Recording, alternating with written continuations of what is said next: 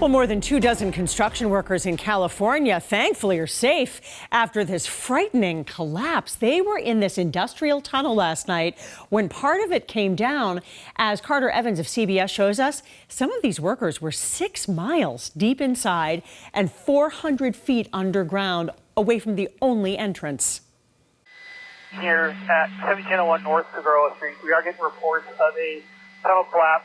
A massive response. More than 100 LA firefighters and urban search and rescue teams rushed to the community of Wilmington in Los Angeles after an underground tunnel collapsed, trapping 27 people inside Wednesday night.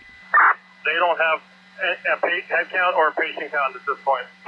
After the collapse of the 18-foot diameter tunnel, uncertainty followed.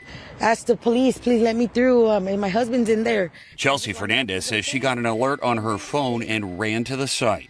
And I just want to know if he's okay. And they said they couldn't give me any information. But then he called and he said he's out and everything's going to be okay. It was determined that a structure failure of the tunnel lining failed approximately 5 to 6 miles in. The workers had to climb through debris. Aerial footage shows the dramatic rescue efforts as workers stepped inside a metal cage that was hoisted by a crane to the surface. This is insane. All trapped workers were safely extricated. No injuries were reported. We were very lucky this time. The tunnel is part of a major LA County sanitation project to transport treated wastewater to the ocean. I was so concerned that we were going to find tragedy. Instead, what we found was victory.